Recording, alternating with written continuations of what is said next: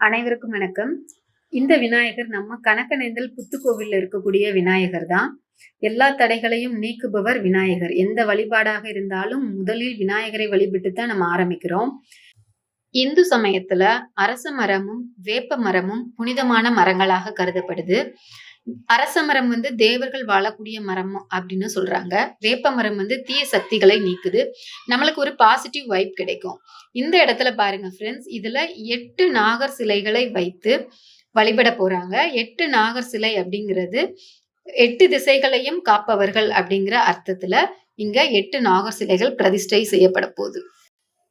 அனந்தன், வாசுகி, ஆதிசேஷன், பத்மன், மகாபத்மன், தட்சகன், குளிகன், கார்கோடகன் இவங்க 8 பேரையும் அஷ்ட நாகர்கள்னு சொல்லுவாங்க. இந்த அஷ்ட நாகர்களையும் இங்க பிரதிஷ்டை செஞ்சு வழிபாடு செய்யறனால நம்மளுக்கு என்னென்னலாம் நன்மைகள் கிடைக்கும் அப்படின்னு பாத்தீங்கன்னா, குழந்தை பாக்கியம் கிடைக்கும், நாகதோஷம் தீரும், குடும்பத்துல அமைதி வரும், உடல் மனம் ஆரோக்கியமாக இருக்கும், வீட்டுல செழிப்பு இருக்கும், ஒரு பாசிட்டிவ் வைப் அதிகமாகும்.